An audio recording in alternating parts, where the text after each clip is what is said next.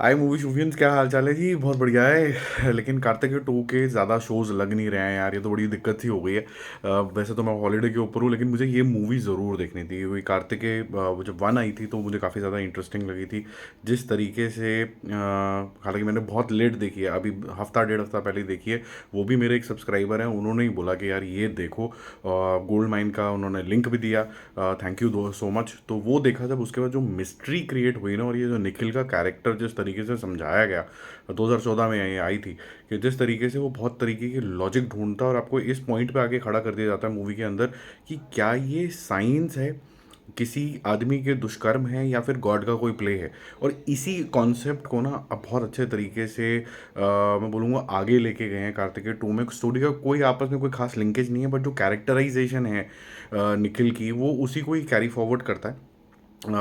He has now certain believes in God also. तो इस तरीके से के हिसाब से आगे चलता है नरेटिव जो है आपका। द्वारका में भी आता है, कुछ कश्मीर के पोर्शन भी हैं, और ऑब्वियसली मॉडर्न टाइम तो यहाँ दिखाया ही जाता है। और जैसे पिछले वाले के अंदर मंदिर की खोज थी, और मंदिर के अंदर के रहस्य की खोज थी, सांप क्यों आ जाता है, और कुछ इलॉजिकल सीन भी थे कि सांप को किसने हिप्नोटाइज कर दिया टाइप। वो यहाँ पर भी थोड़ा थोड़ा कंटिन्यू होता है, जहाँ पर 80% आपको लॉजिक से रूबरू कराया जाएगा। कुछ मिस्टेक होगी एशियन टाइम से लेके, बट कुछ कुछ चीज़ें सिर्फ और नेम सेक होंगी जिसका कोई लॉजिक नहीं होगा। वो आपको ऑन गुड फेथ लेनी पड़ेगी, इंडियाना जोन्स के एंगल में लेनी पड़ेगी, क्योंकि ये जो मूवी एक जंप उस सेंस में भी लेती है कि ये थोड़ी सी एडवेंचर भी अपने अंदर ऐड कर देती है as an element, not only finding ancient mysteries.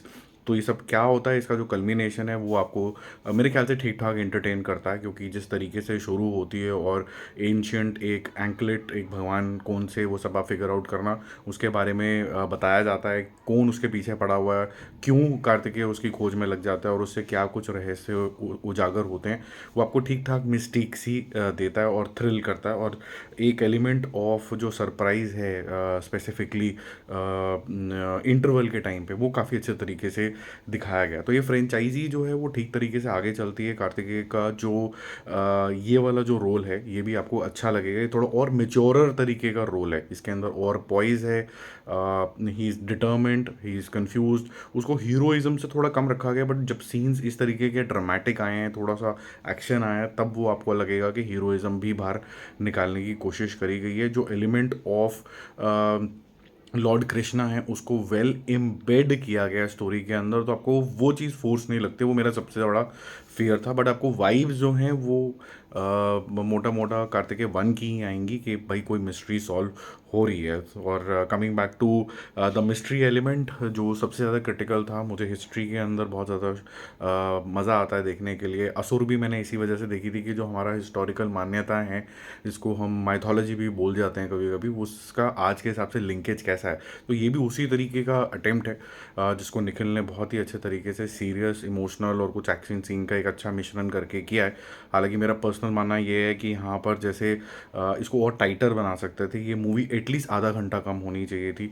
अगर आप इस तरीके की मूवी बनाते हैं जिसके अंदर इतना अच्छा कॉन्सेप्ट होता है एशियन टाइम का, then you don't need comedy and all of that. और जो सीन्स भी हैं डिस्कवरी के, एडवेंचर के, वो बड़े लंबे लंबे खींचे गए हैं। हालांकि सुंदर बहुत लगते हैं कश्मीर के सीन। सो श्रीनिवासा रेड्डी की जो कॉमेडी, अगर मेरा बस चलता तो मैं उसका रोल ही पूरा काट देता, ऐसे कहना नहीं चाहिए, लेकिन it is not adding that much. और जो अनुपमा का भी रोल है इसके अंदर, जो कि हीरोइन है इसके अंदर, वो भी मुझे कुछ इस तरीके का लगा कि ज़्यादा कराने की कोशिश करी गई है, लेकिन अच्छा रोल मिला नहीं है। तो पेपर पे तो ये लगा होगा कि she is a companion and she is an equal participant in finding and exploring that mystery, but अच्छे इफेक्टिव तरीके से उनका रोल इस्तेमाल नहीं हुआ है। ज़्यादा रोल कार्तिकेय का ही है, जो सारे के सारा अपना दिमाग लगाता है। तो जैसे मैंने बोला, टू एंड दिस कॉन्वर्सेशन, आपको जो ये लॉजिक्स हैं कुछ कुछ रश्ड अप लगेंगे, कुछ कुछ जगह पे आपको लगेगा कि मूवी में ये क्या हो गया। बट हैविंग सेड दैट, आपको इससे कन्फ्यूजन नहीं होनी चाहिए कि रश्ड अप है तो इसका मतलब मूवी जो है वो भी बहुत फास्ट पेस चलती है। मूवी एक्चुअली में थोड़ी स्लो चलती है, इसलिए मेरा जो मूवी शूवी स्कोर भी रहेगा इसके लिए, वो रहेगा 8.5 out of 10, which is a good score. It will entertain you for sure, it will create that anxiety in your mind कि ये साला रहस्य है क्या। तो वो चीज़ काफ़ी अच्छी है। जैसे फर्स्ट वाले में भी थी, कुछ इलॉजिकल सीन है, कुछ क्रिएटिव लीप्स हैं। अनुपम खेर साहब भी हैं जो ओके ओके हैं, किसी को भी ले लेते, उनसे पता नहीं उनसे डबिंग क्यों नहीं कराई। डबिंग आर्टिस्ट वो खुद ही कर सकते थे हिंदी डबिंग, पता नहीं क्यों नहीं कराई उनसे। पता नहीं, अजीब सी डबिंग थी उसके अंदर। बाकी ओवरऑल मूवी अच्छी है, आप देखोगे आपको मज़ा आएगा। काफ़ी लोगों को इसके बारे में पता ही नहीं है, शोज़ भी बहुत लिमिटेड से हैं, तो पता नहीं इसका सक्सेस कैसा होगा। All depends on the word of mouth.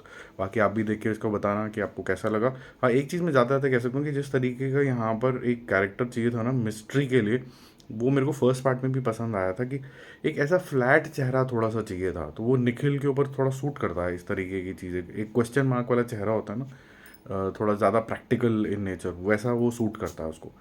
तो ठीक है, चलो फिर हम जल्दी मिलते हैं एक और रिव्यू, एक और अपडेट के साथ। Don't forget to subscribe the channel. अपन तो अभी थोड़ा हॉलीडे मूड के अंदर ही है, हॉलीडे में अभी मैं कहीं जा रहा हूँ, तो हो सकता है मेरे वीडियो थोड़े से लेट आए, but stay connected. Bye bye.